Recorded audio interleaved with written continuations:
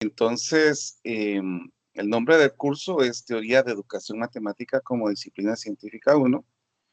El área de conocimiento es básica, es mi nombre como docente, mi correo por cualquier cosita que necesitaran pueden tenerlo, lo van a tener dentro de un tiempito en la plataforma. Y pues el curso en sí, el descriptor del curso, pues habla precisamente de, hay una persona que quiere entrar, ahí estamos,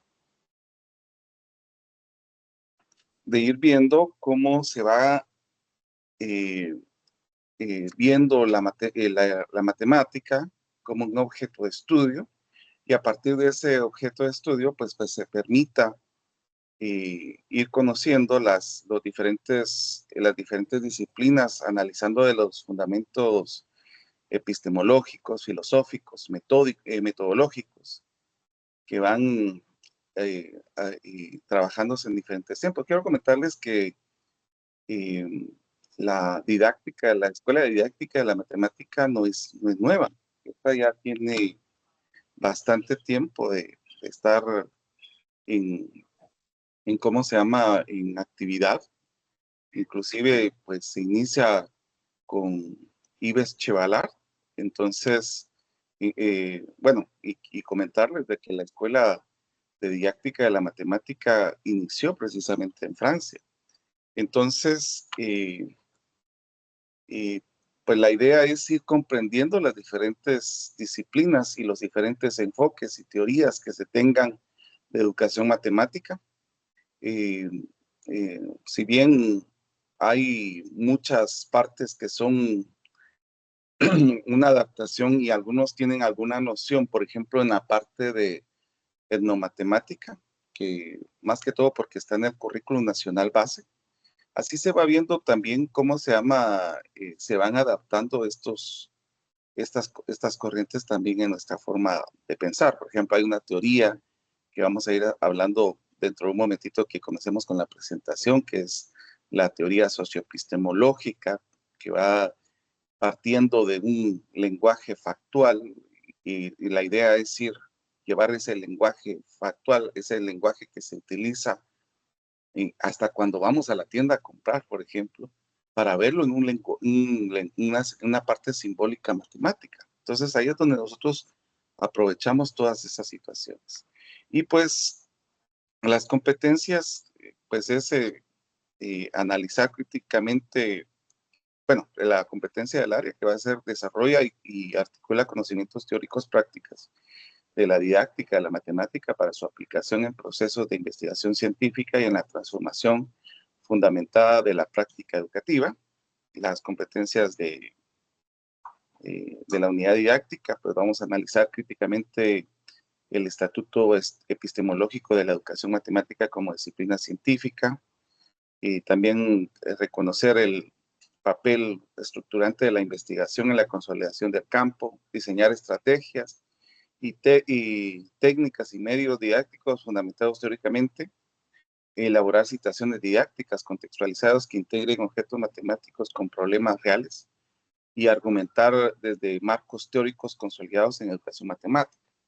Este curso realmente pues se va a prestar mucho para, eh, para la teoría y la práctica, porque si bien hay muchas teorías, por eso es de que el curso se divide en dos, porque son varias teorías, y en estas teorías, pues la idea es de que nosotros expliquemos uno y podamos aplicar y mostrar cómo sería una secuencia didáctica en en esta práctica. La idea también es para que ustedes vayan sintiendo eh, en qué teoría ustedes se pueden ubicar, y pues posteriormente en su tesis ya apliquen esa teoría en su investigación. Ahora, en cuanto al contenido del curso, pues vamos a tener los fundamentos epistemológicos, la educación matemática y su objeto de estudio, la educación, solo dejar ingresar a Lucía, la matemática educativa como disciplina científica, la naturaleza y las implicaciones de didáctica de la matemática, la reconceptualización de la filosofía de las matemáticas en el ámbito educativo. Miren, esta área de la filosofía de las matemáticas ha sido olvidada por muchos y es el que da mucho fundamento a todo lo que nosotros hacemos en clase. Así que vamos a ver esa parte, también la construcción social del conocimiento matemático. Desde la parte social, los resultados e impactos de la educación matemática, los principales áreas de estudio dentro del campo. Y como les dije, en esta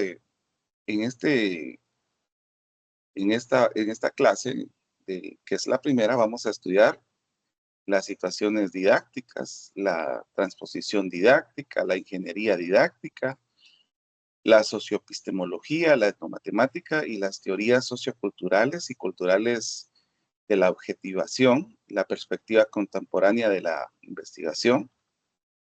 Y también vamos a ir paralelamente viendo esto, la investigación en educación matemática, la tipología de investigación, diseños metodológicos en el campo, principales revistas científicas donde pueden compartir ustedes sus prácticas, congresos internacionales que por lo menos nosotros tenemos a bien realizar un congreso con cada corte. Ustedes van a ser uno de los grupos que va a guiar un congreso. Prácticamente lo hemos hecho en Teoría de Educación Matemática 2, para que primero tengamos la parte teórica y después vamos a ir viendo cómo lo aplicamos ya en los diferentes contextos. También está el factor de impacto y las políticas editoriales, el factor de impacto de las revistas de educación matemática. Y pues bien, los medios que vamos a estar trabajando, pues primero, pues el curso va a partir de una combinación articulada entre exposición y teoría, un análisis crítico de literatura especializada y actividades aplicadas atendiendo a la naturaleza específica de cada bloque que vamos a ir tocando. No todos los contenidos van a requerir la misma dinámica metodológica, eso es algo que tenemos que saber, pero algunos sí van a tener un carácter predominante y va a demandar una práctica vinculada en la intervención didáctica. Es lo que les comento, que cuando nosotros empecemos a ver las diferentes teorías, vamos a hacer un estudio de cada teoría y ustedes van a ir aplicándolas para ver cómo van quedando estos nuevos aprendizajes. Y pues también vamos a tener esa exposición, o sea, ustedes van a exponer estos resultados. La idea no solamente es que estas prácticas queden en lo personal, sino que se puedan compartir entre los mismos colegas para que esta misma situación nos permita a nosotros tener una diversidad de, secuencias didácticas para ver en cuál yo me sitúo, en cuál yo me siento más cómodo, y pues esa es la situación que vamos a tener. También por otra parte, también vamos a hablar de las diferentes teorías y enfoques, ahí es donde les comentaba que vamos a tener esta situación de la práctica y ustedes van a tener que diseñar una propuesta didáctica, inclusive en el congreso que se va a generar, que ustedes lo van a comandar, se va a pedir que ustedes, principalmente como estudiantes, presenten teorías para que así también esto se dé a conocer al público en general. Realmente uno piensa que al ser temas matemáticos muy diversos, la mayoría de personas no tiene, pero sí, la última vez que tuvimos el Congreso de Didáctica de la Matemática, tuvimos 900, si no estoy mal, 900 personas inscritas, o sea, hay bastantes personas latinoamericanos, aunque el año pasado tuvimos algunos europeos que están interesados en aprender y ver las prácticas que también se van haciendo aquí en Guatemala y en parte del mundo. Entonces, eso va a ser una riqueza para nosotros también. La evaluación del curso, pues aquí va a estar descrita en el programa que ahorita les voy a estar compartiendo. Tal vez lo que sí me gustaría y es que, no, solo déjenme hacerlo primero, porque a mí sí me gustaría que tengamos un grupo para mensajes más rápidos, porque a veces cuando me he comunicado con algunos, pues han estado, no han visto sus correos o se ha perdido la información por diferentes situaciones. Y pues la idea es que tengamos este grupo. Entonces yo voy a compartir en este momento un código QR para que ustedes se puedan unir. Solo voy a armar el grupo. Día de Educación Matemática.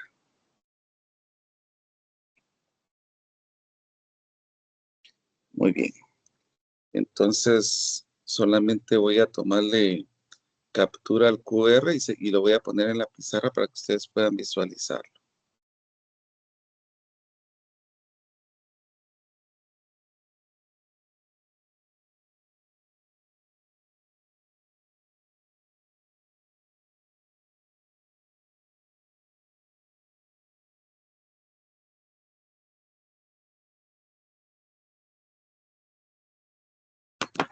Muy bien.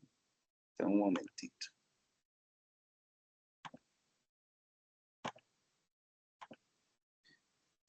¿Logran ver ahí? Sí, se observa. Sí, Por sí. favor, si se pueden unir, por favor, para que así de una vez.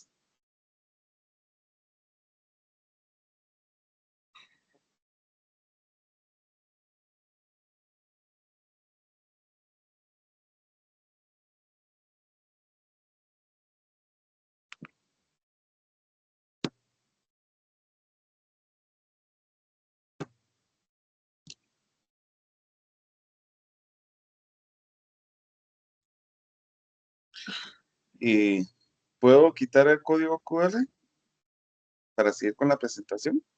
Aún no he logrado. Un momentito. Vale, está bien.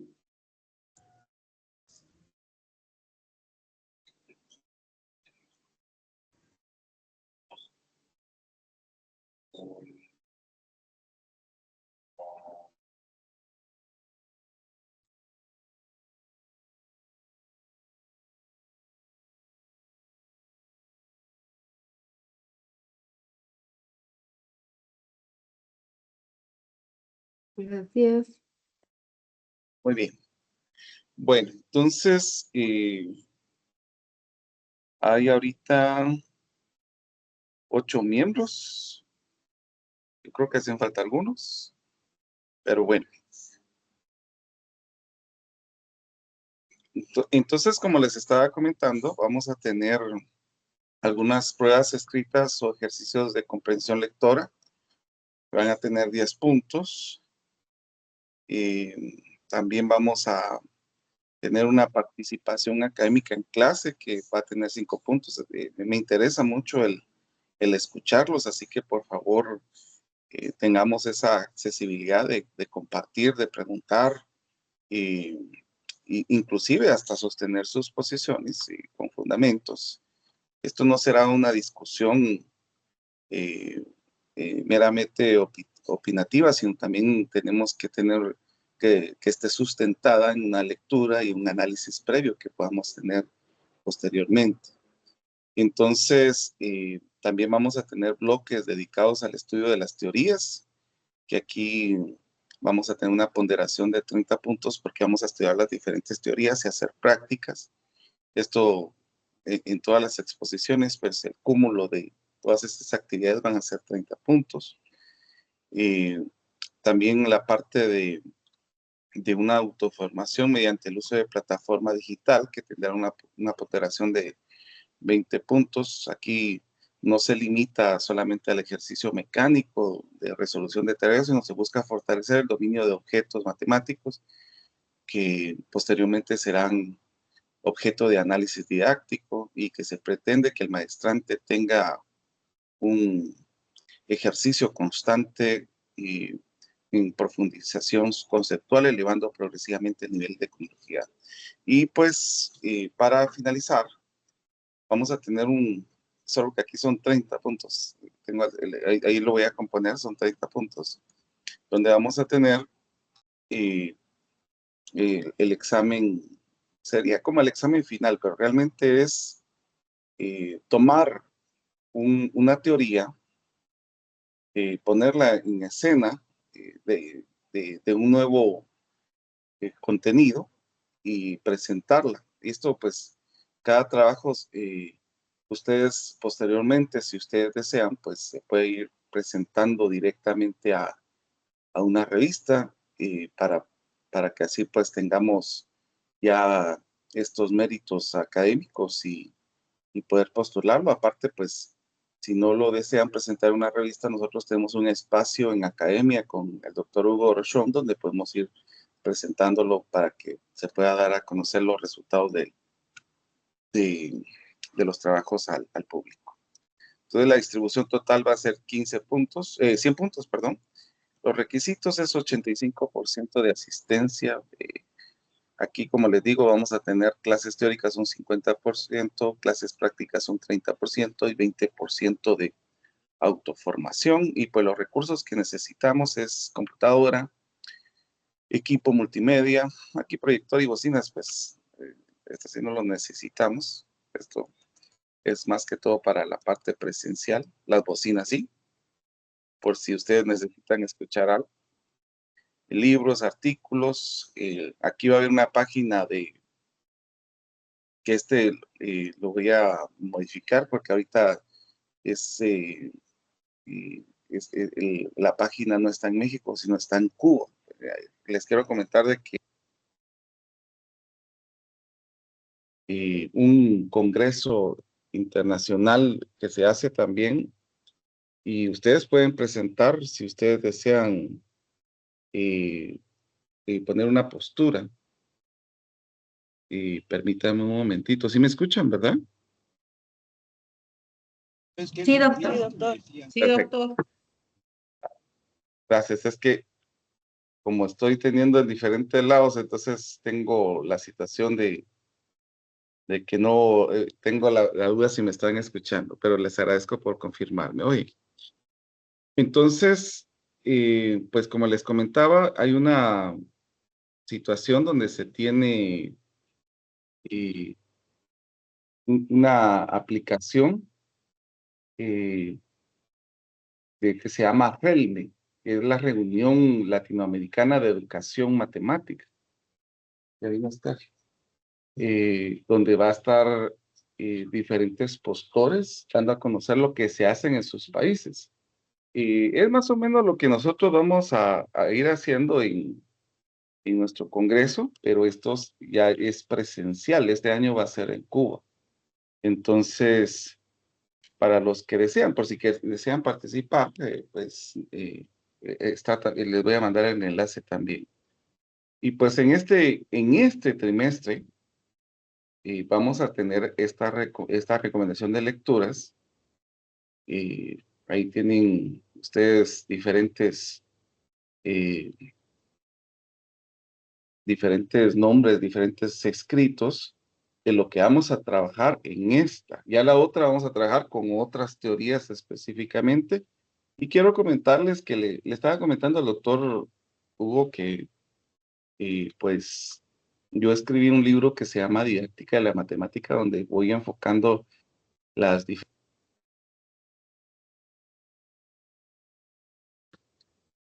¿Cómo se llama? Eh, es una teoría, es un libro que me ayudó a pensar en algo. Solo permítanme unos segunditos.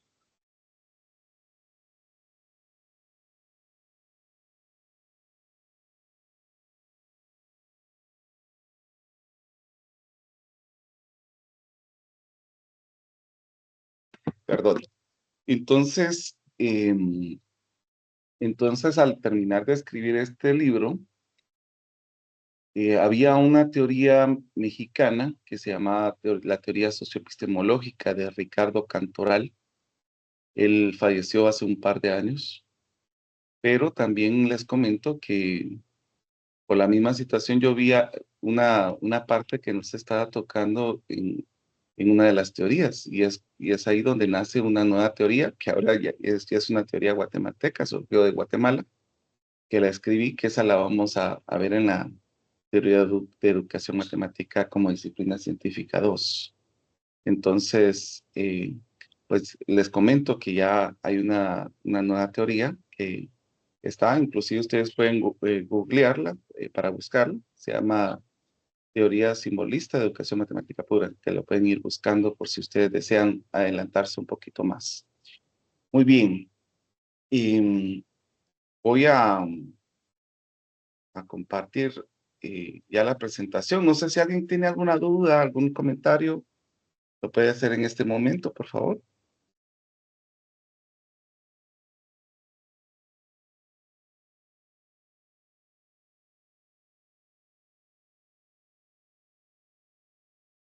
¿No hay ni una duda? Hasta el momento no. Elizabeth, sí, gracias. Elizabeth. Buenos días, perdone con una molestia, estaba buscando lo que es el libro que mencionaba, solo que no escuché bien el nombre porque no me aparece. ¿Será que me lo podría repetir de nuevo? Disculpe. ¿El libro de cuál, perdone? El último que acaba de decir, que por si nos queríamos adelantar un poquito. Se llama Teoría de Educación Matemática Pura. Muchas gracias. Muy bien. De todos modos, ahorita que voy a compartir mi pantalla, ahorita vamos a dar una vista general de las diferentes teorías de educación matemática, y ahí va a aparecer el nombre también. Entonces, voy a volver a compartir mi pantalla.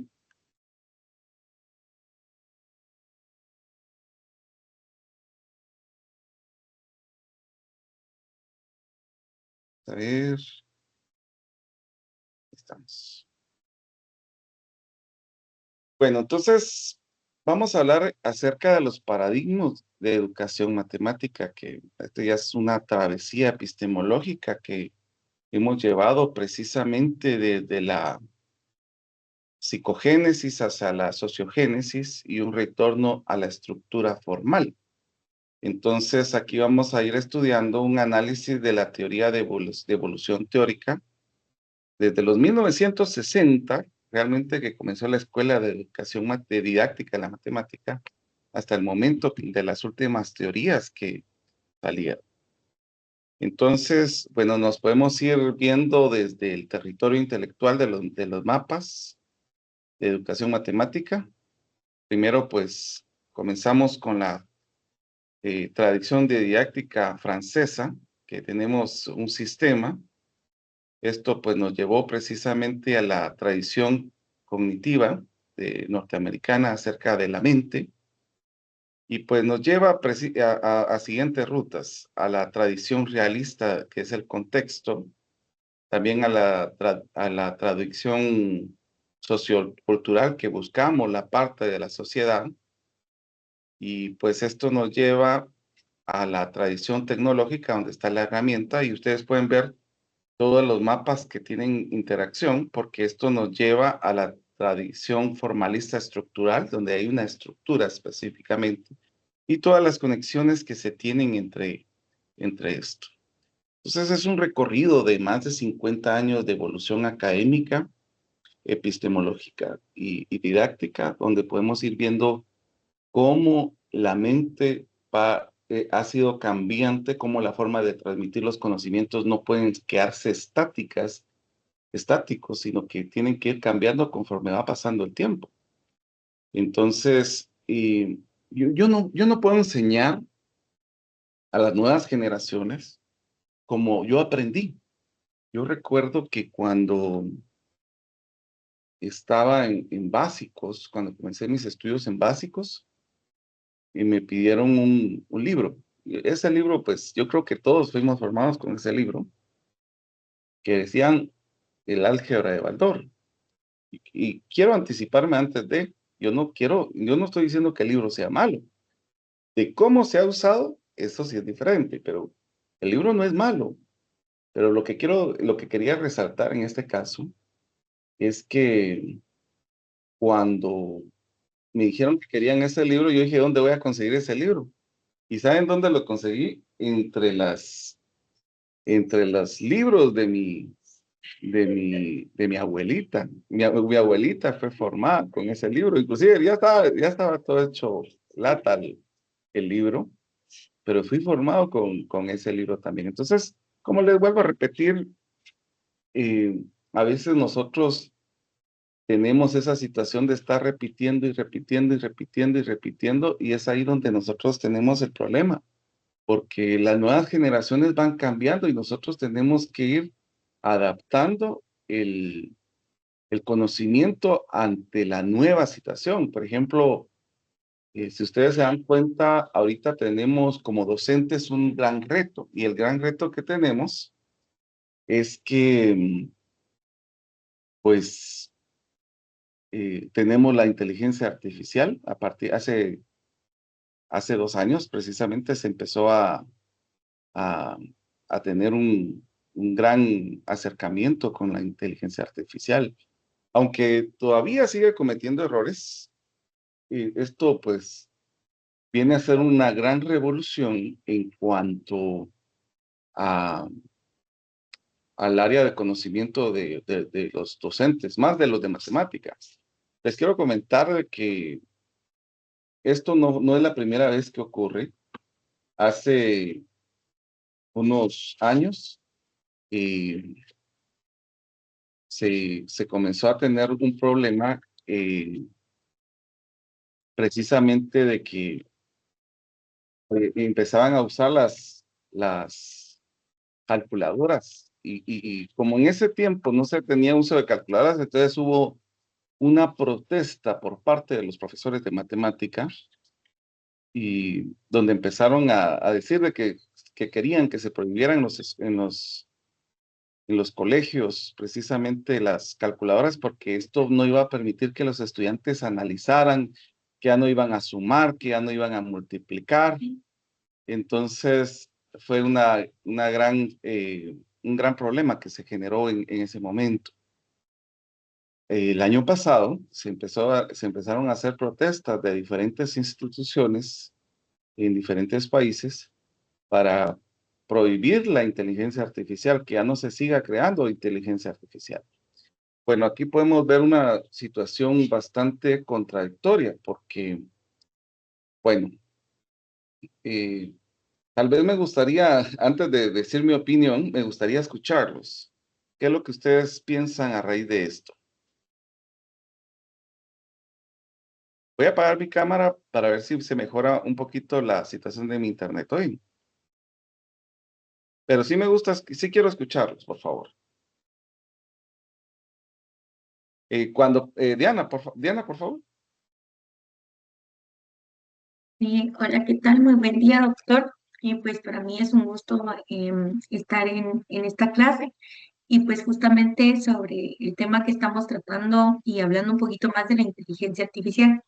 Pues bueno, como usted comentaba, ¿verdad? La forma en la que nos educaron a nosotros no va a ser la misma manera en la que nosotros vamos a enseñarle ahora a nuestros estudiantes, porque pues el contexto ha cambiado, ¿verdad? Y sobre todo con esta era de informática, pues si nosotros no vamos de la mano con la tecnología, pues nos vamos quedando atrás. Entonces, es importante que nosotros también sepamos cómo involucrarlas en la educación.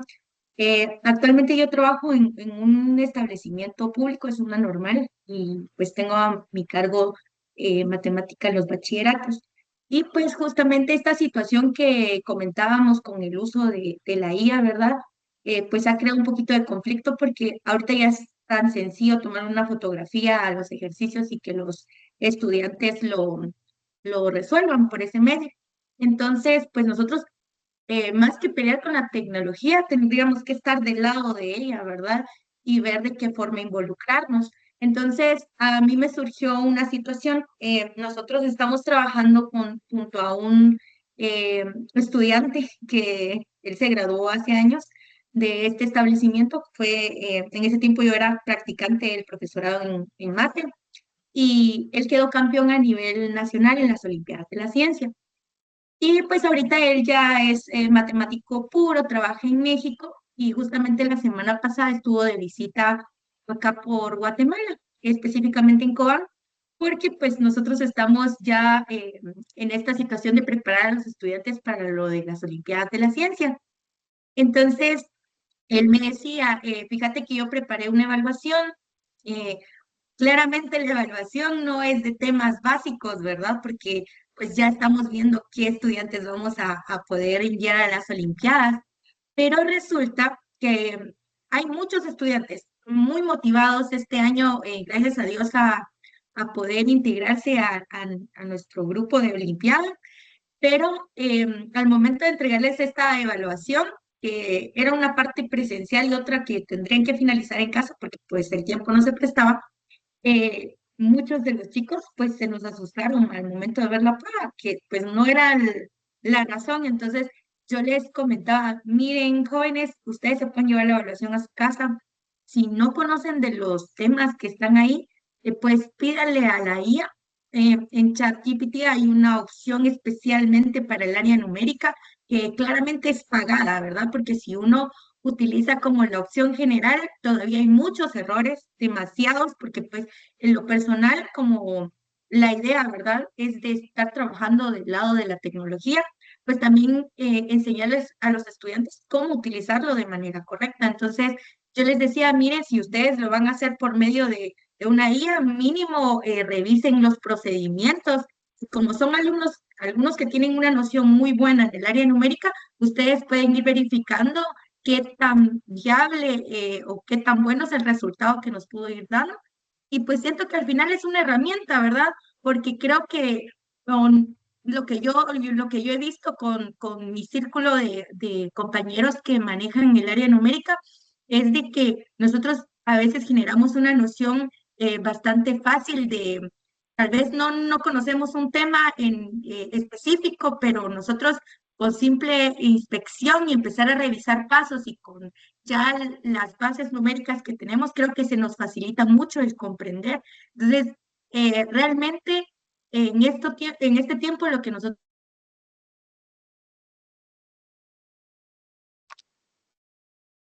Y ya no la escucho.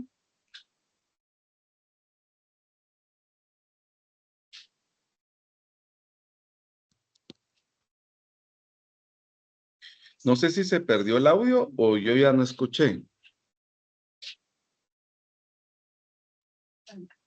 Se perdió el audio, no, ella creo que no tiene mucha señal. Ah, muy bien, muchas gracias. Bueno, no sé si alguien más quiere compartir.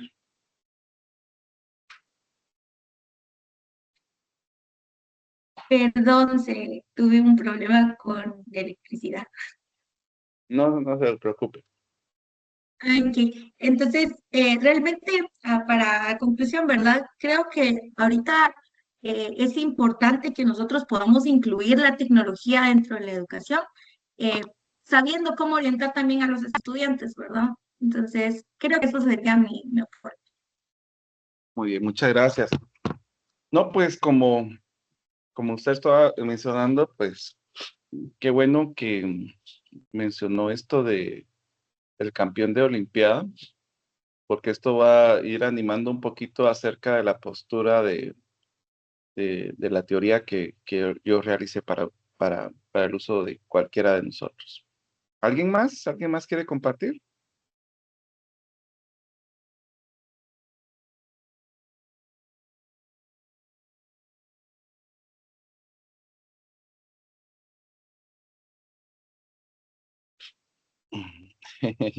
Bueno, yo sí les pido, lo que sí voy a necesitar en mi clase es que que hablen bastante, oye, para que vayan conociendo esto. Sí me interesa mucho sus opiniones, porque a raíz de eso se van tomando diferentes ideas, se van tomando diferentes posturas, y pues la idea de todo esto, pues es que nosotros podamos ir conociendo qué es lo que está pasando en otros lados, por ejemplo, qué es lo que puede estar pasando con la clase, opiniones precisamente, porque por ejemplo, una de las cosas que tal vez pasaba conmigo es que, bueno, yo soy de San Marcos, yo soy de San Marcos, San Marcos, pero cuando vine aquí a Guatemala, pues es totalmente diferente a la educación que se pueda tener en un contexto de pueblo como en mi pueblito. Y pues eh, en la zona rural, por ejemplo, ya es muy raro ver a una persona sin teléfono. Es muy raro ver a una persona sin teléfono.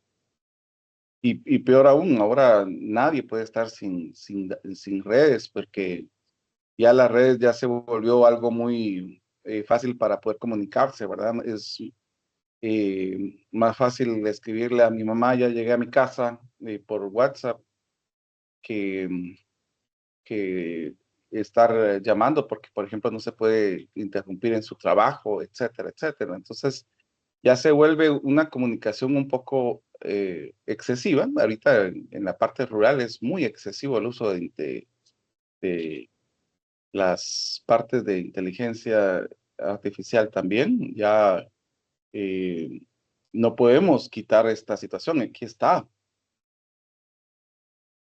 Lo que nosotros tenemos que aprender es trabajar con ella.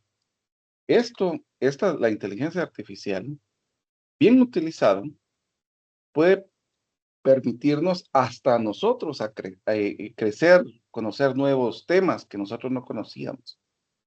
Entonces, la situación es de que por ese rechazo que nosotros tenemos, nosotros hemos como endiablado a la inteligencia artificial. Miren, hasta para aprender un idioma, usted pone ahí que quiere hablar con la inteligencia artificial, hasta él lo corrige en las partes malas que estaba mencionando. Hay tantas cosas que se pueden tener. Lo mismo pasó con la calculadora. Cuando se tuvo la calculadora, los conocimientos se maximizaron en matemática. Si bien algunos hoy en día utilizan la calculadora para sumar 3 más 5, por ejemplo, eso no quita el mérito del alcance que pudo permitir, porque ahora los estudiantes que están en diversificado, están viendo temas que nosotros no mirábamos en nuestro momento, ¿verdad?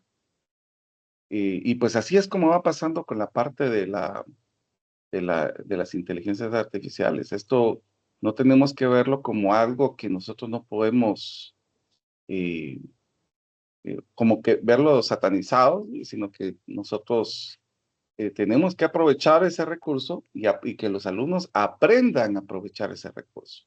Las evaluaciones, como bien lo decía Diana, que ahora pueden tomar una foto y la inteligencia lo resuelve, pues eso que nos llama la atención es que nosotros tenemos que cambiar nuestra forma de evaluar. O sea, la inteligencia no va a cambiar, la inteligencia va a estar ahí. Nosotros tenemos que cambiar nuestra forma de evaluar, que eso es algo que tenemos que ir notando en esta situación. Muy bien, les quiero pedir un favor. Fíjense que como yo estoy compartiendo, a veces no me sale si alguien levanta la mano. Entonces, si alguien quiere hablar, pues solo me interrumpe, y, pone su audio y así yo le doy el tiempo. Oye, muy bien. Bueno, entonces, la tensión epistemológica central se tiene entre el formalismo, que es la estructura, la psicogénesis, que es la mente, y la sociogénesis, que es la cultura. La historia de educación matemática es un movimiento pendular, que esto tiene que estar, no se puede quedar estático. Hemos visto transitar desde la construcción individual del conocimiento hasta cómo se concibe la parte sociocultural. Hoy surge una pregunta, como ¿hemos diluido la estructura formal en favor del contexto? Porque miren, aquí viene nuevamente lo de la inteligencia. Fíjense que nosotros prohibimos a los alumnos a usar la inteligencia artificial, pero nosotros hacemos nuestros exámenes con la inteligencia artificial. Eso ya es una doble moral, ¿verdad? Entonces, creo que aquí nosotros tenemos que ir viendo el contexto y tenemos que ir adecuándonos al contexto. Por eso les digo que no podemos quedarnos como nosotros enseñamos, como a nosotros nos enseñaron, si es como a nosotros nos enseñaron, cuando yo recuerdo que cuando comencé a dar clases, yo acababa de salir de ingeniería y pues mi pensamiento era como a mí me enseñaron. En ese momento, no sé si ya cambió, pero en ese momento porque esa fue la primera carrera que estudié, pero em, cuando comenzó toda esta situación, eh, los docentes en ese momento decían, es que a mí solo me ganan el 10%. Y se tenía una concepción en ingeniería de que el ingeniero que menos le ganaba era porque era el mejor, porque era el más socador, el más duro. Esa era la concepción que se tenía en ese momento. Entonces, hoy en día, pues nosotros podemos, ya que estamos en el área de didáctica de la matemática, ver que realmente que el porcentaje que me gana también habla de mi forma de transmitir el conocimiento. Obviamente, también está la parte del estudiante, pues, el estudiante si no se pone a estudiar y todo eso, pero también habla de mi forma de cómo estoy transmitiendo la clase. Si me pierden el 90%, significa que mi clase no está siendo efectiva, ¿verdad? Esas son cosas que nosotros tenemos que ir observando en esta parte. Entonces, cuando hablamos en la traducción cognitiva del individuo, nosotros miramos el foco de procesos mentales y la resolución de problemas. Miren, la matemática tiene un alcance, pero bárbaro. Esto no lo tiene cualquiera. Por eso que la matemática nunca puede dejar de existir en un pensum curricular escolar. ¿Por qué? Porque la matemática nos hace seres pensantes. No significa que, bueno, si como yo sé la ecuación cuadrática ante un asalto, yo lo voy a utilizar ahí. No, eso no es así, pues no tendría chiste. O que cuando voy a comprar a una tienda, las personas tienen que resolver un problema para que sepan qué es lo que yo quiero, no. Lo que pasa es que la parte de la matemática nos hace hacer conexiones y nos lleva a concepciones más profundas. Eso es lo que hace la matemática. ¿Se han dado cuenta que muchos alumnos hacen esta pregunta? ¿Para qué me sirve la matemática en la vida? Entonces, esas preguntas son con trampa, inclusive son incómodas para el docente de matemática. No sé si a alguien le ha pasado eso, que pueda contar una experiencia.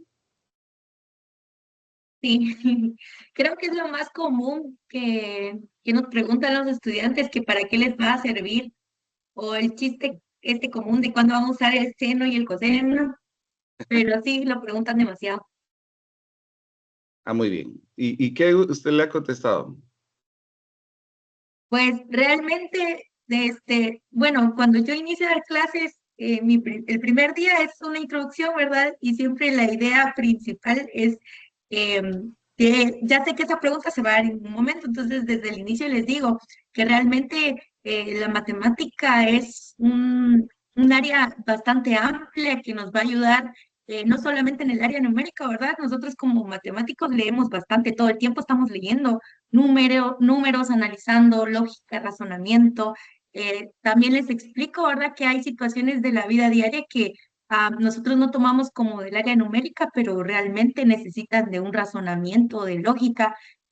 O por ejemplo, me preguntan muy comúnmente, señor, ¿para qué utilizamos los conectivos lógicos y toda la situación? Y les digo, es que realmente el área numérica en matemática no solamente son números, también es razonar, o sea, nos va a ayudar a encontrar o aumentar nuestros conocimientos y cómo resolver problemas en la vida cotidiana.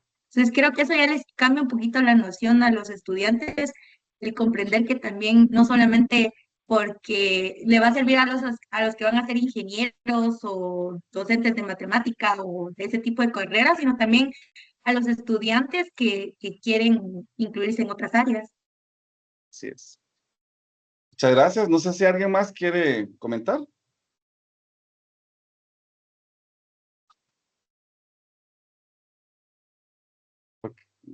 Licenciado, buenos días.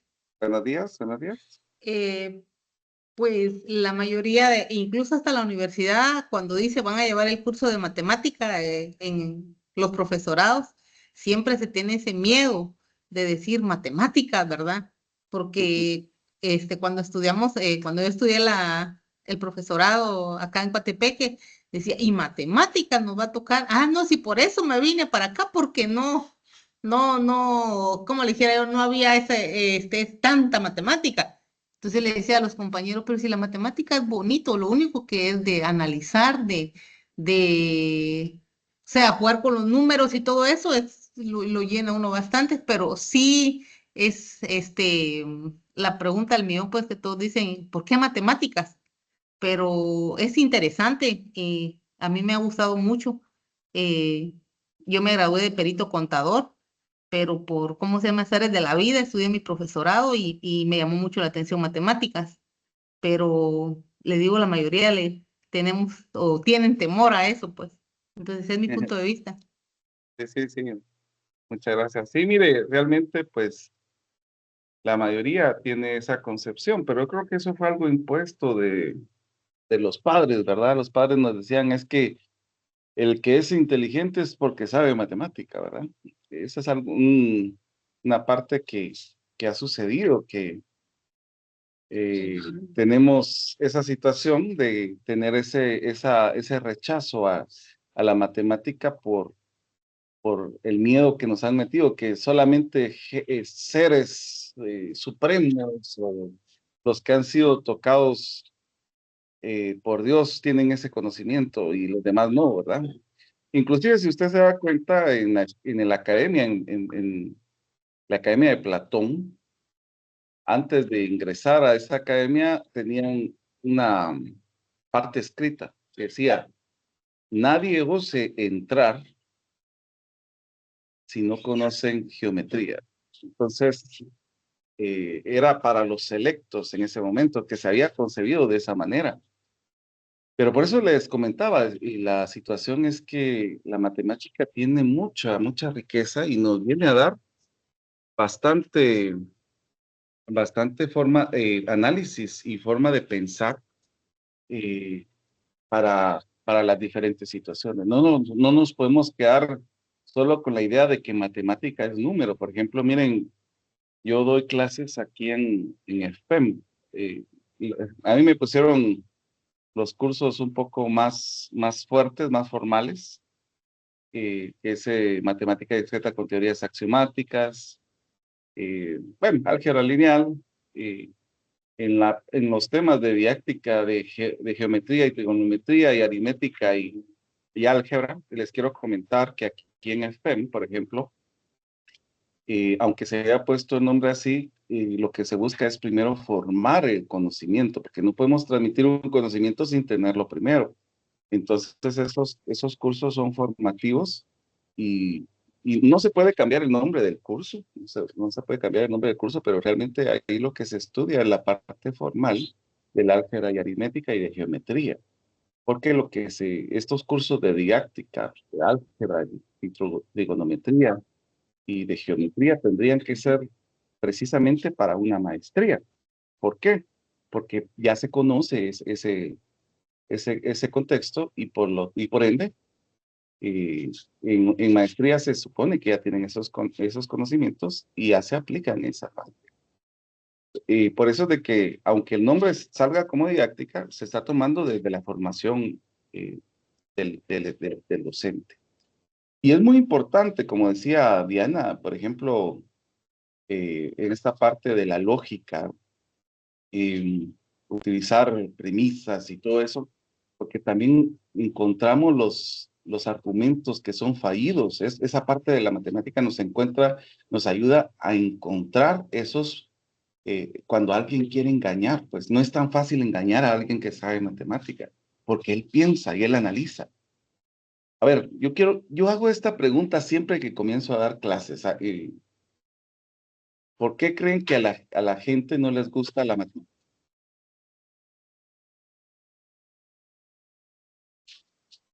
Doctor, muy buenos días, compañeros. Tal vez no les gusta la matemática porque, bueno, yo no afirmo, pero mi opinión es esta, porque no les gusta pensar. Usted Exacto, mencionó fue el primero, anteriormente, antes de la pregunta por qué las personas no les gusta. Y las matemáticas es para pensar. Yo tengo doble profesión, diría, la matemática y derecho. Muy Y bien. me doy cuenta ahorita que estoy yo en el doctorado en Derecho Constitucional, hice la maestría en Derecho Penal, y pues ahí conocí muchas personas que de verdad sí tienen mucha experiencia en los casos. Sin embargo, mi especialidad es encontrar el error del fiscal.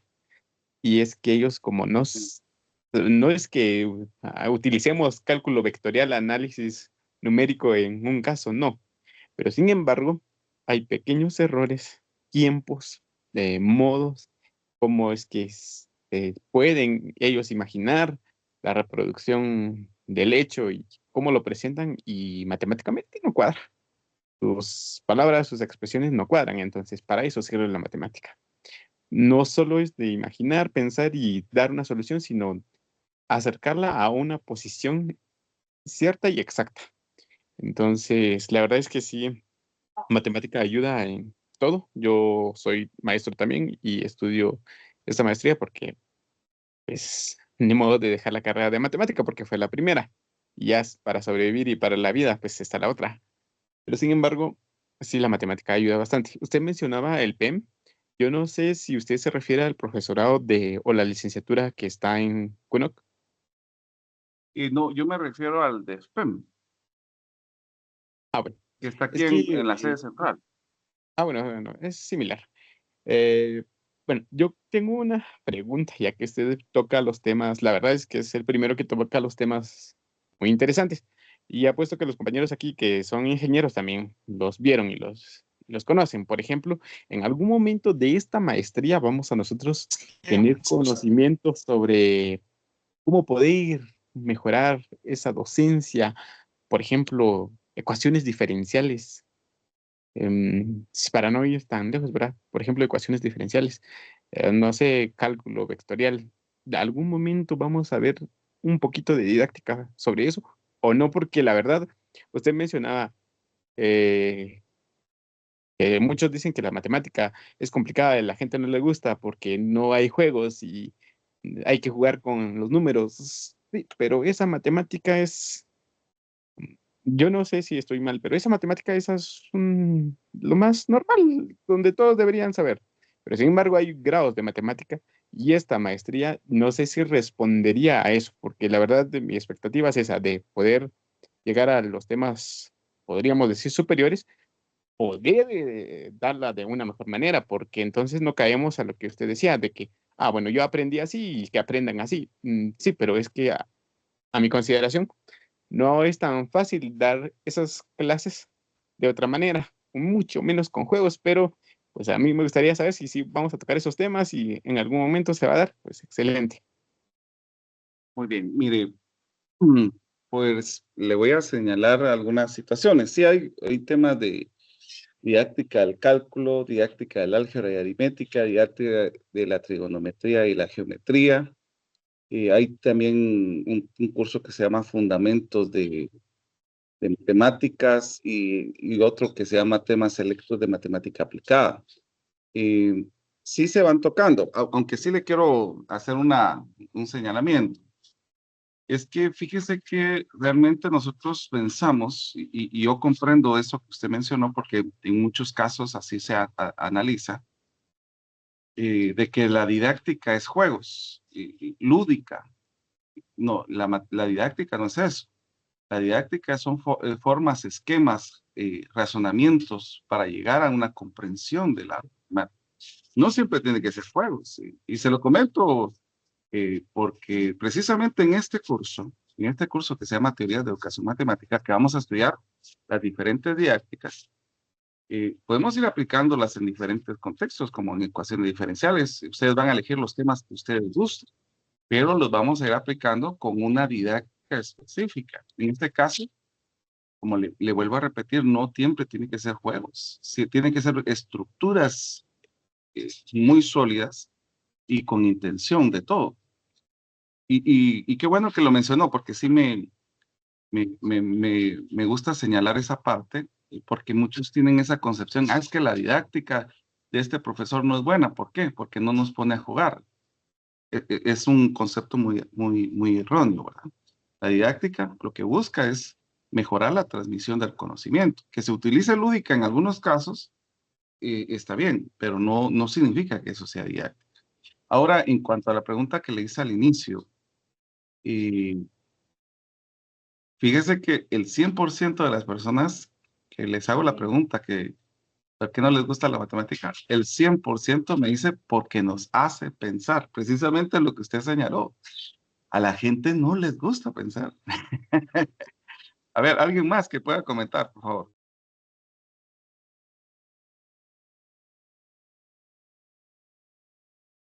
Sí, Lucía, por favor.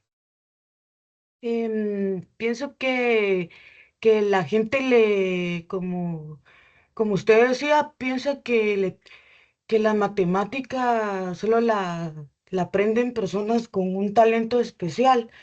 Entonces, pienso que es por que es un temor, para las personas es un temor las matemáticas, pero pienso que viene también de la mala experiencia que se ha tenido durante el aprendizaje y porque nos han enseñado a como a sistematizar o o algo así que si no lo aprendemos de esa manera o no lo memorizamos, por eso tienden a caer en una cosa de ansiedad, ¿verdad? Que si no se hace de esa manera no se puede aprender, pero pienso que la mayor cosa es el temor a aprender, porque se piensa de que solo la gente especial puede aprender matemáticas.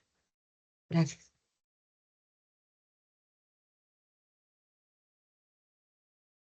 Muchas gracias. Sí, Nereida, por favor. Sí, buenos días a todos, buenos días, doctor. Pues yo pienso que también otra parte de que a la gente le da miedo la matemática o no le gusta estudiar la matemática es porque realmente los maestros tal vez nos enfocamos, como diría usted, a la estructura, más no a la practicidad de cómo se maneja la matemática día a día, porque lo platicaba el maestro anterior y decía, pues la señora del mercado, pues es más pilas para multiplicar que a veces los maestros de matemática, porque ellas no utilizan ni siquiera una IA para poder saber cuánto nos va a cobrar por el producto que nos está vendiendo. Pero siento que ese es el problema, que hemos como que la clase como tal se ha puesto como difícil, pero realmente no es difícil, sino que es práctica para la vida real. Pero eso es lo que los maestros no hemos tratado de transmitir a los alumnos y es por ello que muchas personas buscan carreras o buscan algún curso que no contenga números por lo difícil que le ponemos al alumno el aprender la matemática. Muchas gracias, Nereida, le agradezco bastante. Sí, efectivamente coincido en esa parte de que muchas veces el maestro es el responsable de causar esa misma aversión a la matemática, ese mismo rechazo. Y pues sí, mire, bueno, hay que comprender una situación con lo que usted estaba mencionando. Y esto va para todos, para que lo sepan.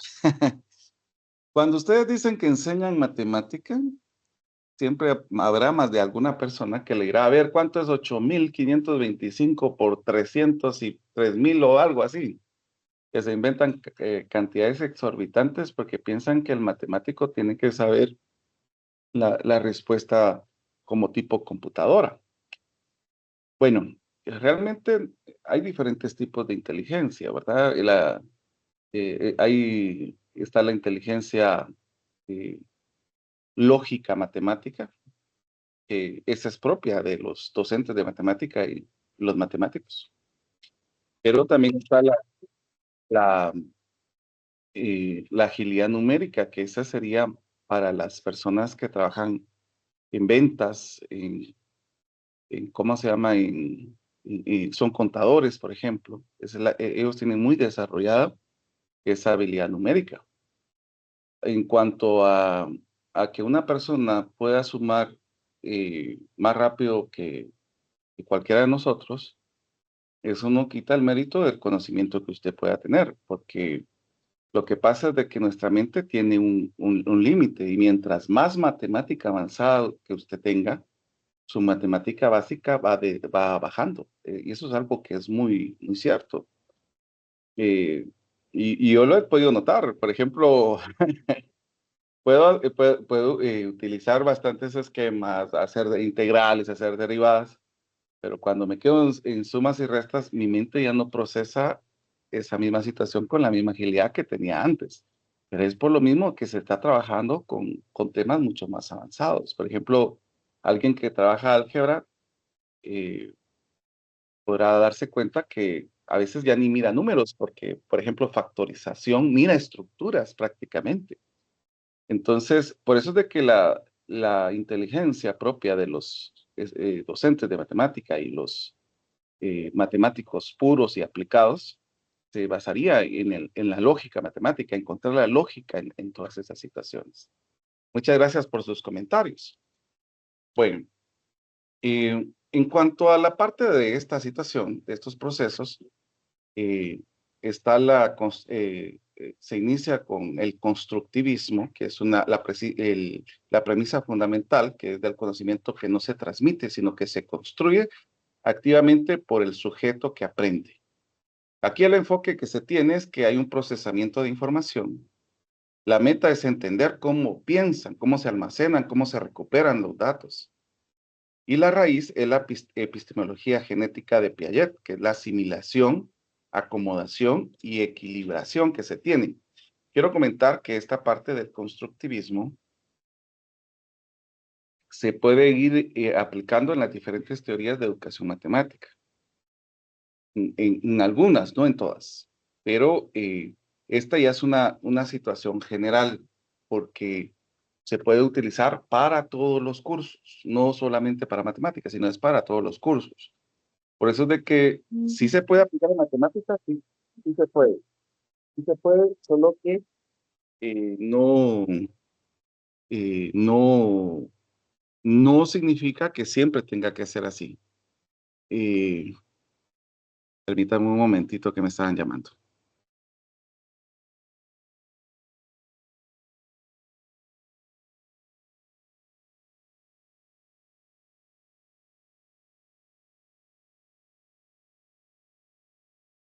Bueno, entonces, como les estaba comentando, sí se puede aplicar estos conceptos en las diferentes teorías, pero no es necesario en algunos casos. Quiero comentarles eso, porque, por ejemplo, hay otros esquemas de razonamiento que se pueden ir teniendo.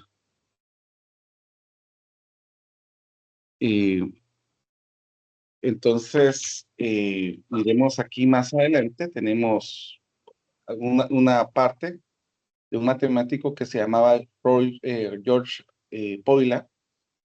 Esa es la aplicación de resolución de problemas. Aquí también está Alan Schofield y, George Poila lo que buscaba era la heurística, que la premisa es que la matemática se aprende resolviendo problemas. Y esto se utilizaba en 4 fases: comprender el problema, plantear una estrategia, ejecutar un plan y revisarlo, ¿verdad? Ese era el concepto que tenía George Poila para resolver los problemas de matemática.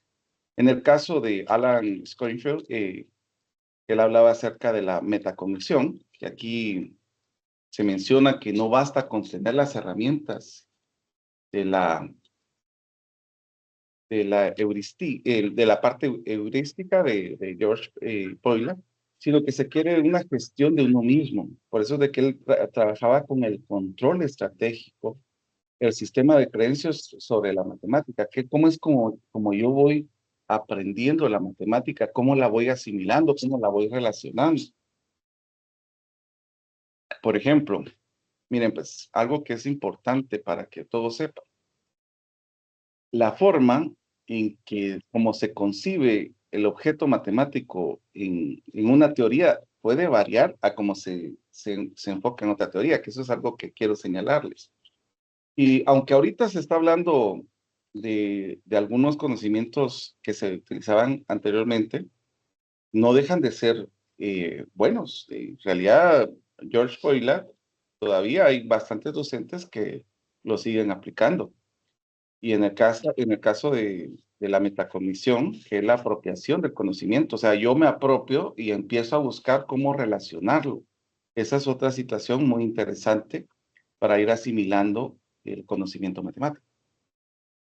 Hay otra teoría, que es la teoría Apoy, que es de Ed Dubinsky, que es la abstracción reflexiva.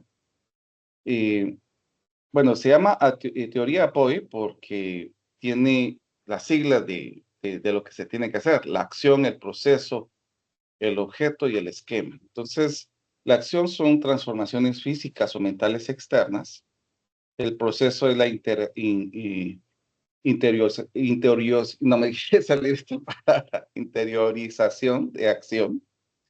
El objeto es el proceso donde se encapsula y se envuelve la parte estática, y el esquema es la red de acciones y procesos y objetos. Entonces aquí podemos ver un esquema que ya se presenta precisamente para ir llevando a clase. Es una abstracción reflexiva donde yo llevo conceptos matemáticos, por ejemplo, como los algeblocks, para que se vaya concibiendo la matemática. Llevo un proceso, unas reglas, por ejemplo, de cómo se pueden ir uniendo los algeblocks. El objeto, donde se vuelve ya estático, que ya tengo las reglas, entonces ya llevo al proceso, y se hace un esquema de acciones y de procesos y objetos. Aquí lo necesario para poder ir comprendiendo esta teoría es que se tiene que entender el aprendizaje del cálculo y el álgebra abstracta, y el estudiante debe de ser capaz de desempacar objetos y procesos y viceversa, que eso es lo que se va buscando en esta teoría. Entonces, aquí sí hay una parte donde se tiene un crecimiento, o sea, se va haciendo, cada paso va teniendo un esquema para llevar a esa abstracción reflexiva, que se vaya comprendiendo la matemática y cómo se puede aplicar esa en diferentes situaciones. También está en la escuela francesa que surge el sistema didáctico, donde aquí tenemos una interacción sistémica que se tiene que triangular estos conocimientos, por ejemplo, el saber con el docente y el alumno. Aquí es lo que nosotros llamamos transposición didáctica, precisamente. La transposición didáctica lleva a que un docente, si no tiene el conocimiento matemático, no lo va a poder transmitir, ¿verdad? Aquí hay que estudiar una situación de estos tres actores y buscar cómo emerge un diseño a lo que se puede llamar una ingeniería didáctica, que esa es una de las situaciones específicas. Otra de las teorías es la teoría de situaciones didácticas, que es de Guy Bressieux, un francés nuevamente. Y aquí, pues, el conocimiento no se entrega, sino que sale como una solución a un problema que se hizo con un medio diseñado. Esa es la situación que se va a tener. Y cada vez que vamos abarcando esto, les voy a ir enseñando cómo se va aplicando y cómo se va concebiendo. Pero en este caso, al estudiante se le presenta un problema. Entonces, el estudiante, pues, es el medio. Hay un proceso que él tiene que ir formando para llegar a la resolución, pero aquí hay un contrato entre el docente y el estudiante. O sea, cada quien tiene una regla específica. Y aquí el docente no va a interferir, sino que él es un observador. Él observa cómo va guiando la situación didáctica y va haciendo preguntas posteriormente a las actividades de cómo llegaron a esos resultados, para ir analizando esta estructura que van teniendo los estudiantes.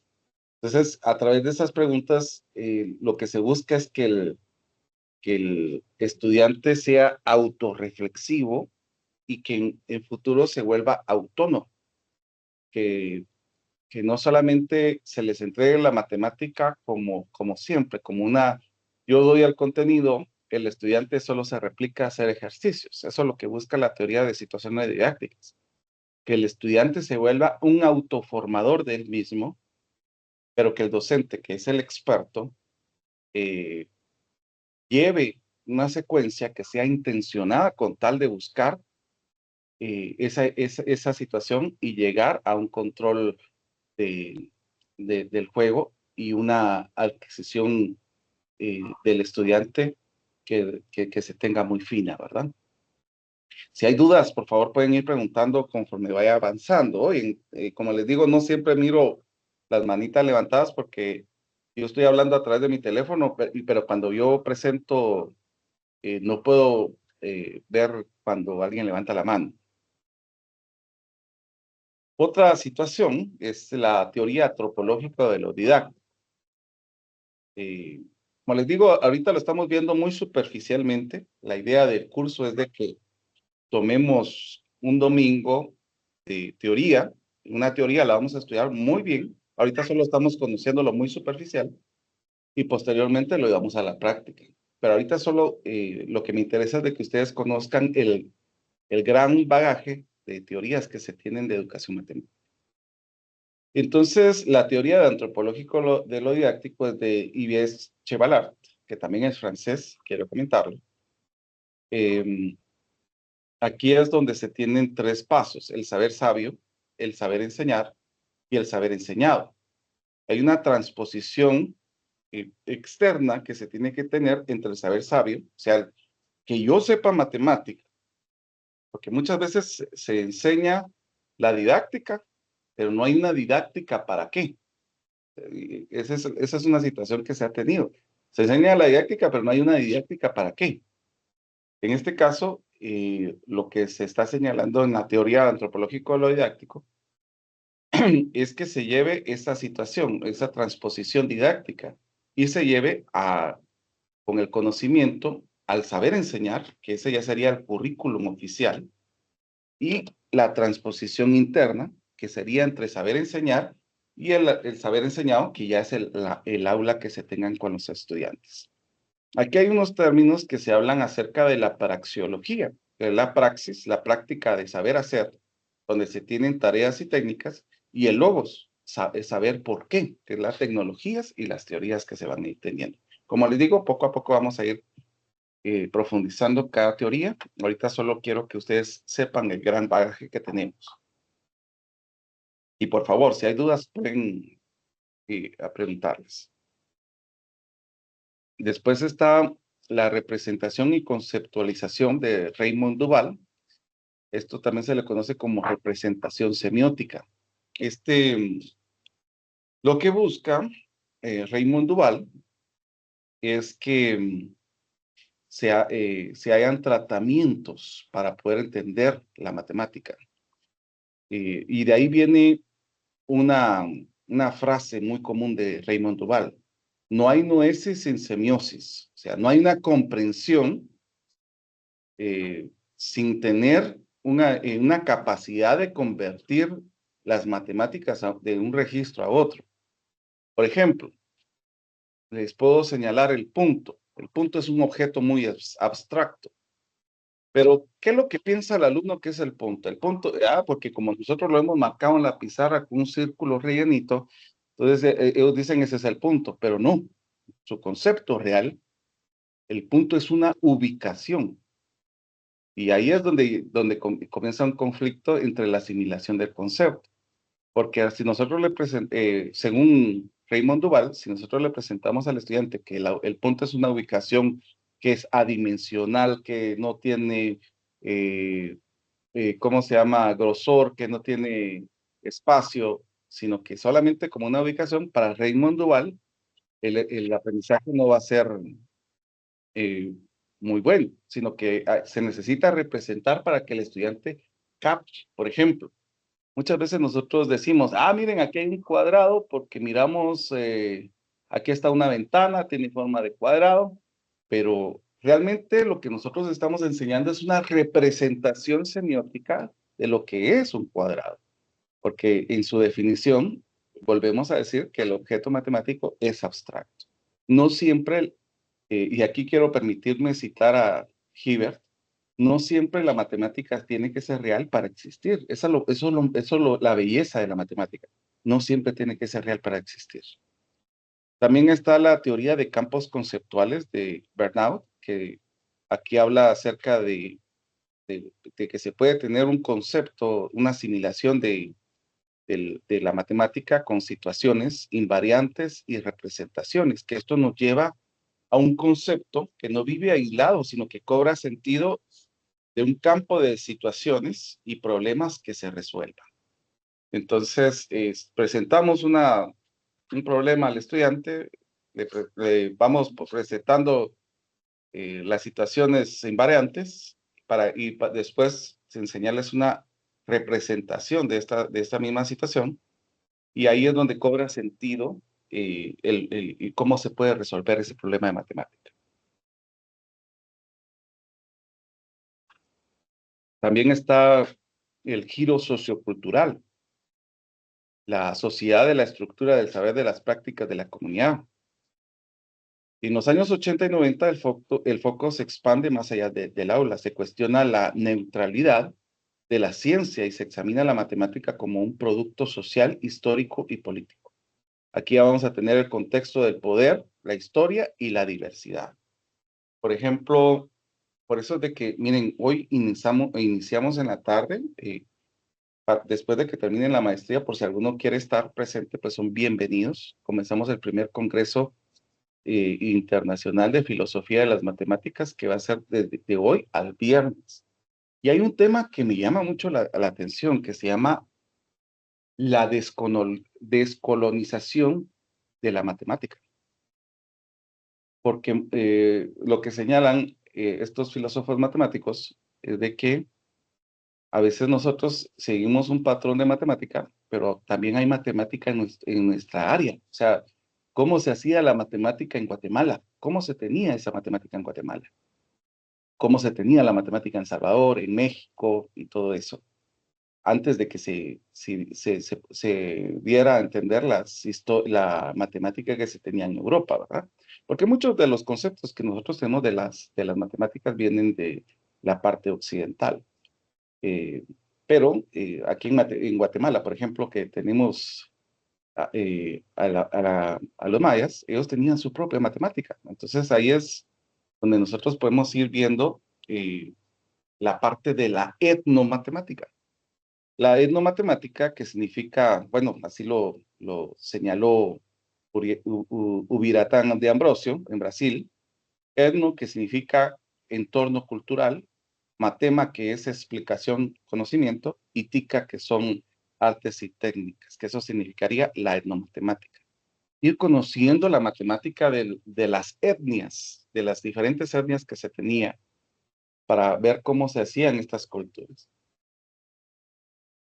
Hace poco estaba viendo un video, bueno, hoy en la mañana estaba viendo un video de cómo enseñan las multiplicaciones en Rusia. Y eso es algo propio de ese país. O sea, cada quien tiene su forma y esquema de aprender las matemáticas. Y eso es lo que señalaba Ubiratán de Ambrosio, que las matemáticas no es universal ni neutra, sino que existen múltiples matemáticas desarrolladas por distintos grupos culturales. Por ejemplo, podemos ver una aplicación de las matemáticas en los tejidos, en la arquitectura, en la navegación. Y por ejemplo, la etnomatemática no solamente se puede reducir en las etnias, sino también se puede pensar en cómo enseñar matemáticas en personas con discapacidad. Por ejemplo, cómo puedo enseñar matemáticas para personas que tienen discapacidad visual, discapacidad auditiva. Todas esas prácticas es donde nosotros podemos ver esa construcción cultural de la etnomatemática. Entonces, el objetivo de la etnomatemática es la justicia epistemológica y la descolonización del saber, que es lo que nosotros podemos ver. También tenemos la práctica social y la crítica política. Bueno, si ustedes se dan cuenta, aquí he ido señalando los países, solo que de Ubiratán de Ambrosio, no lo mencioné, que él es de Brasil, él generó esta teoría, y acá tenemos la teoría socioepistemológica de Ricardo Cantoral, que mencioné hace unos minutos, que él era mexicano, y también tenemos a Esconauz y Valero, que es la educación crítica, que ahí hay dos países que se mezclan, porque es Rusia y otro país que se va mezclando para llegar a esta situación. Entonces, el concepto de la socioepistemología es el conocimiento matemático, es fruto de las prácticas sociales históricas. Por ejemplo, yo voy a una tienda, el tendero está utilizando matemática sin darse cuenta. Por ejemplo, al recibir producto, al, al, eh, al dar el vuelto. Por ejemplo, las personas que trabajan en construcción también utilizan las matemáticas en mezclas, en medidas. Entonces hay matemática en diferentes partes y esa situación es la que nosotros podemos ir visualizando, que esas matemáticas son las que se utilizan como prácticas, es la que nosotros vamos a llamar matemática factual, que es una matemática muy empírica, que no sabe que se están usando, pero ahí están. Entonces nosotros, como docentes de matemática, lo que teníamos que hacer, según Ricardo Cantoral, es llevar la matemática a, a una definición teórica, para llevarlo de lo que ellos hacen a los símbolos, a la parte formal que nosotros estamos con la matemática que vive a una definición teórica, que lo podemos decir así. Y también está la crítica política, donde está la educación matemática crítica. El concepto aquí es que la matemática no es inocente, es un instrumento de poder social. Aquí es donde viene la alfabetización matemática para democracia y distinguir la matemagia y el empoderamiento real que nosotros podemos tener. Que también la matemática nos ayuda a reflexionar, a pensar que la matemática puede ejecutarse como un poder social. Entonces aquí se hace un foco o una señalización directa a la alfabetización matemática, que cuando me toque ese tema yo voy a invitar a un amigo que su línea de investigación es alfabetización matemática. Precisamente es uno de los que está organizando juntamente conmigo el Congreso de Filosofía de la Matemática. También está otras teorías como la objetivación y el realismo. Quiero comentar, la teoría de objetivación es de Luis Ramsford. Él es guatemalteco, pero la teoría fue creada en Canadá. Entonces es por eso que la teoría de objetivación se considera más canadiense que guatemalteca. Aquí Luis Ramsford señalaba que el aprendizaje es un proceso de llegar a ser con otros. El saber se objetiva, que se hace presente a través del cuerpo, gestos, artefactos y el símbolo, que esa es la teoría que va señalando Luis Ramsford. Y también está la matemática realista. Esta matemática realista es como una actividad humana, una reinvención guiada. Los estudiantes aquí deben de organizar la realidad con herramientas, disculpen este error ortográfico, herramientas matemáticas, y no recibir abstracciones vacías, que es lo que señala Perdault, que en este caso pues es él lo concibe como una actividad humana donde se puede tener una reinvención guiada para concebir estos conceptos matemáticos. También está de la parte del conocimiento, donde tenemos el conocimiento del contenido, o sea, la matemática, para llegar a un conocimiento pedagógico que tiene que estar el profesor. Aquí se utiliza estas siglas, que es PCQ y MKT. Lo utiliza Schulman y Ball. Pues principalmente esta teoría MKT es la forma de enseñar para conocer la matemática. Aquí es saber matemática para uno mismo, no es igual saber matemática para enseñar. El profesor necesita conocimiento especializado, es lo que señala Ball, y que esto le permita descomprimir ideas, anticipar errores y usar múltiples representaciones para que se tenga ese conocimiento específicamente de matemática. Entonces, miramos otra teoría más, que si ustedes se han dado cuenta, todas las teorías van teniendo su particularidad, son distintas en su forma de concebir estos conocimientos. También está la tecnología e instrumentos, que este es un enfoque instrumental de Pierre Revaldel. Él señala que si nosotros tenemos un artefacto, un objeto físico o un software, usamos esquemas de uso, como mapas mentales, y estos dos pues lleva a un instrumento, que es la parte que nosotros tenemos en esta tecnología de instrumentos. Entonces, el enfoque instrumental señala que la herramienta no es neutra, sino que moldea la forma en que pensamos. Ese es el pensamiento central de esto. Y ahí es donde nos lleva al pensamiento computacional, por ejemplo, la programación como medio de formación, los programas que son STEAM, donde integran interdisciplinas como la ciencia, la tecnología, la ingeniería y la matemática, que es lo que se van utilizando en este enfoque instrumental. Es lo que conocen como STEAM. Yo creo que alguno de ustedes ha escuchado ese término. Entonces, esa es una de las teorías que se están utilizando, pero esto es generalizado en ciencias, tecnología, ingeniería y matemáticas. Entonces, nosotros hemos llegado a una crisis epistemológica actual donde se ha... bueno, esta ya es mi teoría, quiero comentarles. De tanta teoría, yo creo que hay una situación donde se ha llegado a tener una dilución epistemológica, porque para mi teoría, la matemática no siempre es aplicable en la vida. También se queda en la parte de abstracción. La matemática no la podemos limitar. Si nosotros limitamos la matemática, ya no llega a tener más aplicaciones y conceptos. Y es de ahí donde surgen muchas cosas. Por ejemplo, en su momento, cuando empezaron a hablar de números imaginarios, aunque no supieran dónde estaban, se sabía que había una matemática para ello.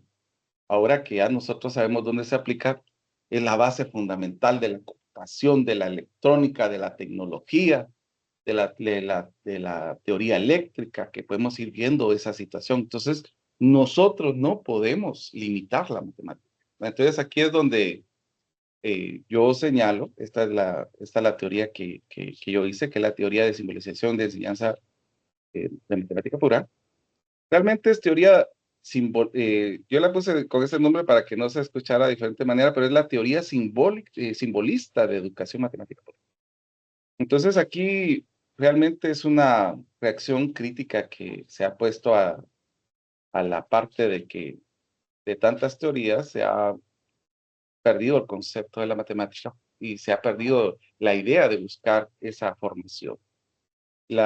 Los pilares de mi teoría está la primicia simbólica, la ontología estructurista, la axiomátización sistemática y la interiorización del discurso, que es lo que busco en este caso. Entonces, la clasificación epistemológica general, tenemos la orientación francesa. Hay una teoría que no mencioné, no sé por qué no la puse, porque es muy importante. Yo creo que las teorías que se van acercando mucho a lo que yo voy proponiendo es la teoría de representaciones semióticas. Es la que más se acerca, la que más se podría ver muy similar, ¿no? Pero siempre tienen sus diferencias, y el enfoque ontosemiótico, que es otra, que esa es la línea en que las líneas que yo me especialicé más, que es la teoría de representaciones semióticas y enfoque ontosemiótico. Pero también la teoría que este año se publicó, precisamente la teoría simbolista de educación matemática pura, que busco en este caso. Entonces, podríamos clasificar las partes de educación matemática de la siguiente manera: la orientación didáctica, donde están la teoría de situaciones didácticas de Brossieux, la teoría antropológico-didáctico de Chevalar, los registros semióticos de Dual y los campos conceptuales. Ahora, la orientación cognitiva está el constructivismo, perdón, el APOE, que es de Dubinsky, la resolución de problemas, que está Boyle y Schonfield, y el MKT, perdón, y PKCK. Y la orientación sociocultural, que está la etnomatemática y la teoría socioepistemológica y la educación matemática crítica. Y también la objetivación. Y en la parte de formalismo, que sería la mía, pero también podríamos poner el enfoque ontosemiótico también aquí en esta parte, que no sé por qué no lo puse, me hubiera gustado mucho poner. Entonces, aquí nosotros tenemos una integración de conocimientos que podemos tener. Por eso es de que yo no les pido de que se queden con la primera. Vean el gran bagaje que se va a presentar en el curso y busquen cuál es la que más se adapta a ustedes. En el caso de aquí podemos ver rigor estructural, conciencia histórica, comprensión semiótica y un análisis crítico, que eso es lo que nosotros tenemos para las didácticas específicas. Aquí la educación de matemática del siglo XXI se encuentra en un punto de inflexión. No se trata de elegir una trinchera, sino de integrar dimensiones para sacar lo mejor de cada uno. Muchas gracias. No sé si hay dudas, por favor pueden comentar en este momento.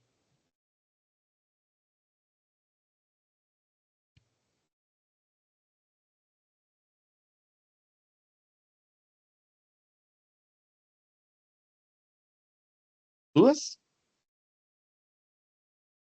¿Comentarios?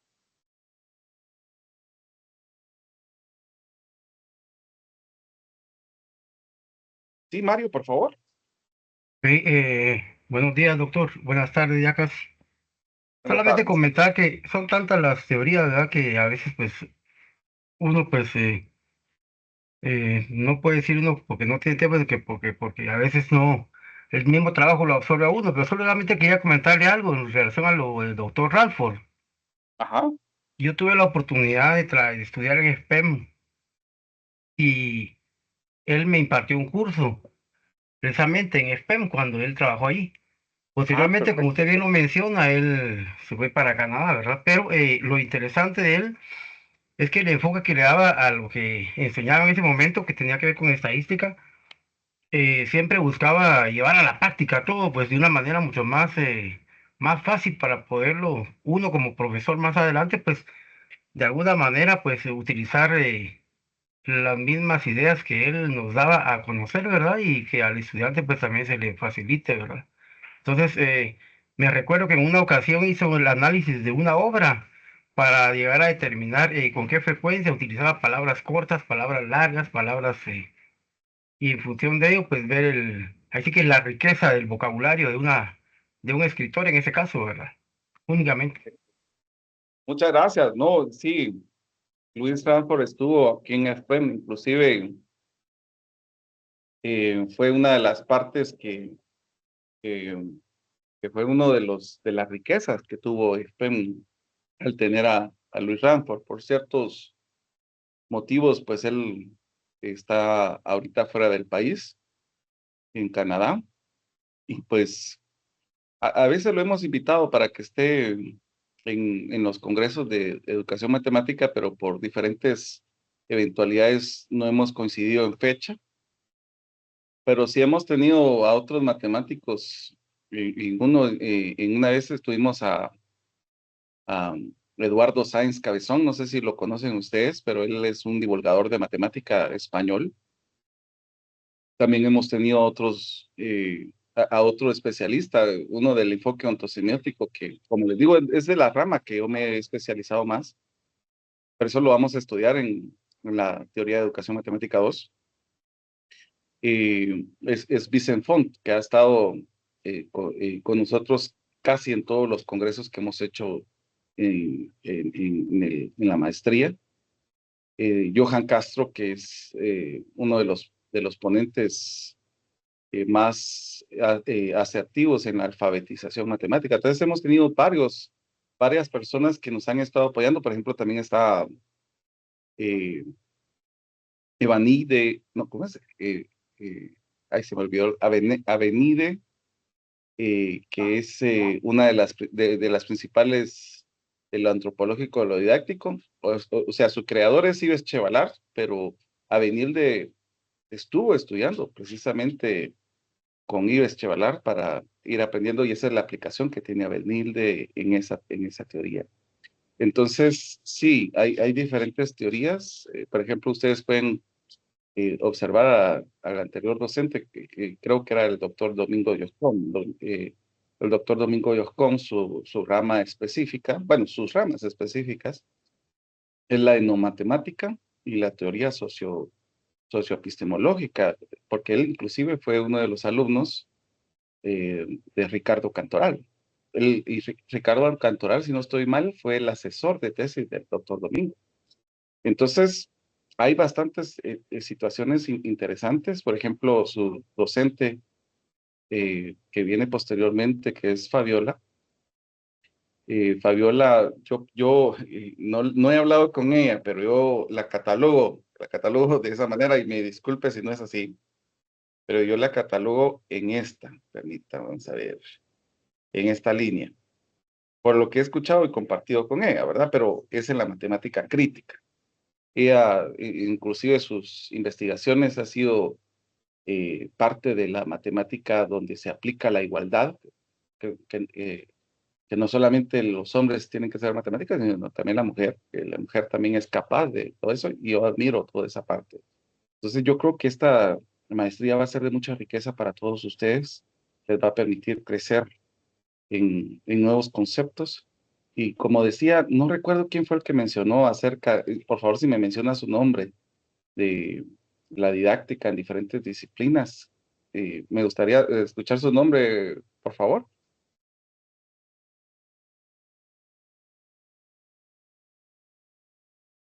O ya no está escuchando. El que habló de las didácticas para ecuaciones diferenciales.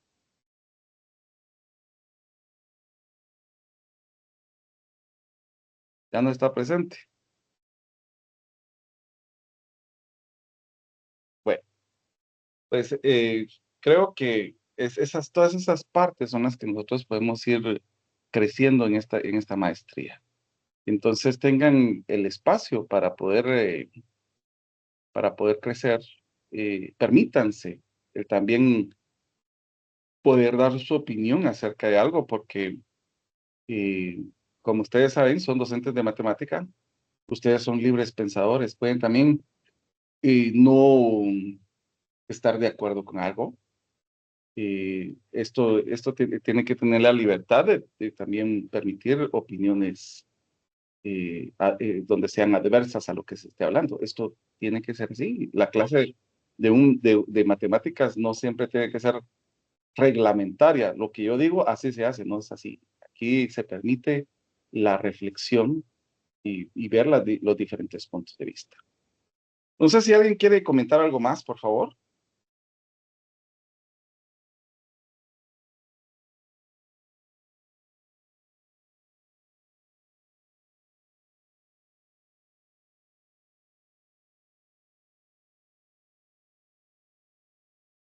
¿No? Muy bien.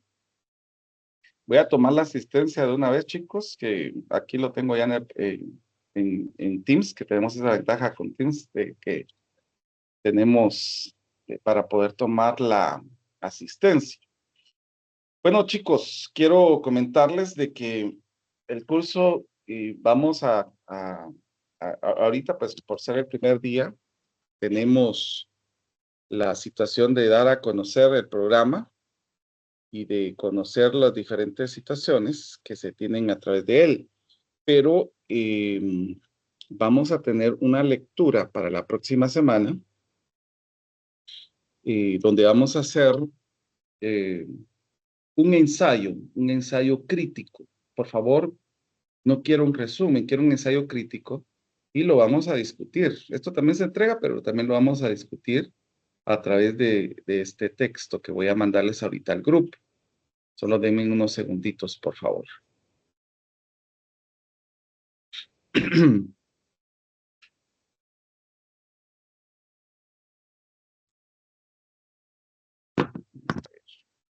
Aquí lo tengo ya listo.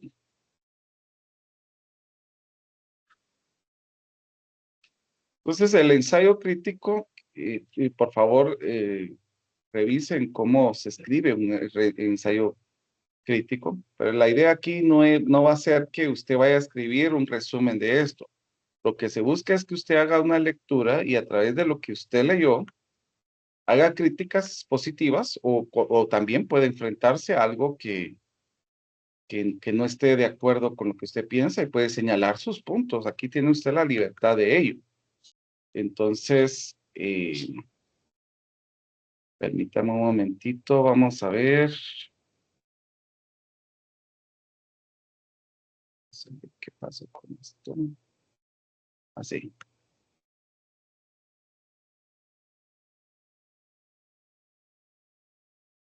Es...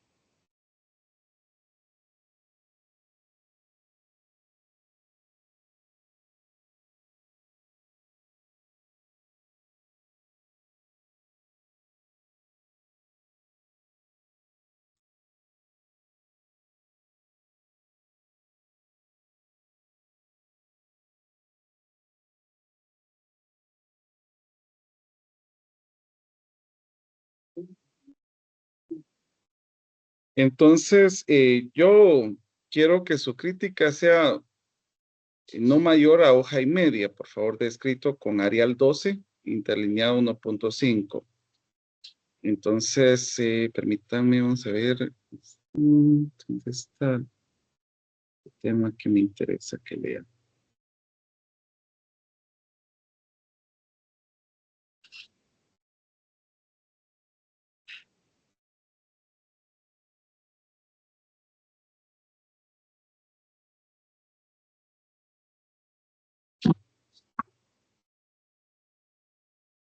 A ver.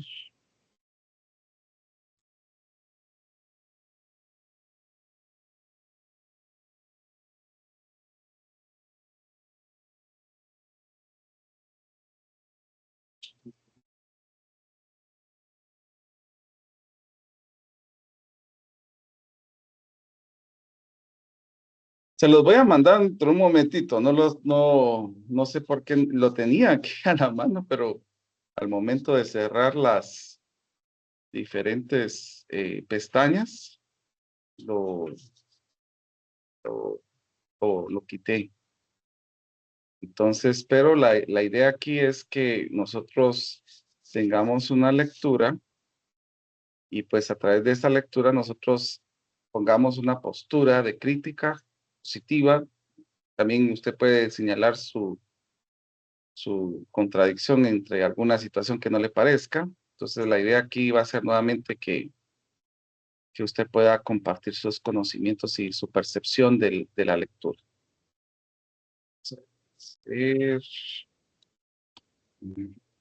Bueno, y otra cosita más, como ustedes sabrán, pues aquí está, ya lo encontré.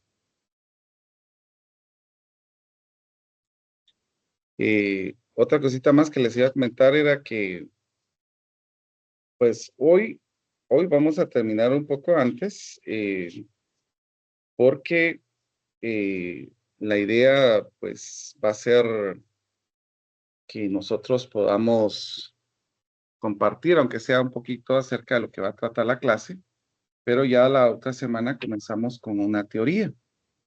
Y pues hago la invitación nuevamente para después de la maestría, no lo tomen antes. Si ustedes quieren participar en el Congreso de Filosofía de la Matemática, pues son bienvenidos. Hay una página que se llama Los Pitagóricos en Facebook, donde se va a estar transmitiendo todos las charlas. Entonces, si en un momento ustedes quieren participar, pues son bienvenidos. Se va a dar diploma de participación a los que puedan estar más del 80%. Entonces queda esa situación para que ustedes puedan estar precisamente en esto. Muy bien, antes de tomar la foto del primer día, porque quiero señalar que sí vamos a tomar fotografía como evidencia, porque esto lo voy mandando, adjuntando siempre a a todo lo que nosotros compartimos con el docente. No sé si hay algo más que quieran mencionar, por favor, pero sí me gustaría que no tuvieran pena al hablar, que siéntanse tranquilos, que aquí, pues, la idea es que nosotros podamos compartir. No sé si alguien quiere compartir algo.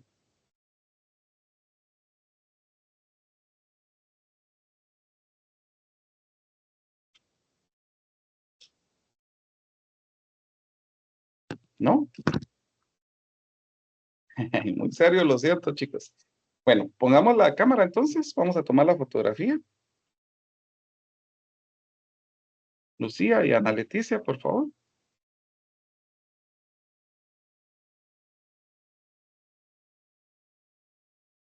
Ana Leticia.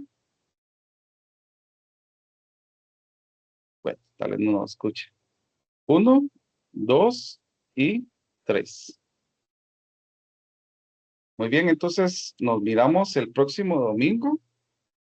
Como les digo, yo voy a terminar los próximos domingos a las 12:30 para que ustedes tengan tiempo de almorzar y tengan el chance de estar con su familia por lo menos una media hora más. Hoy.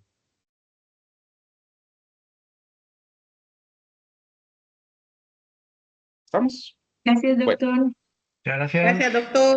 Buen provecho. Muchísimas aprovecho. gracias, dan provecho, nos vemos.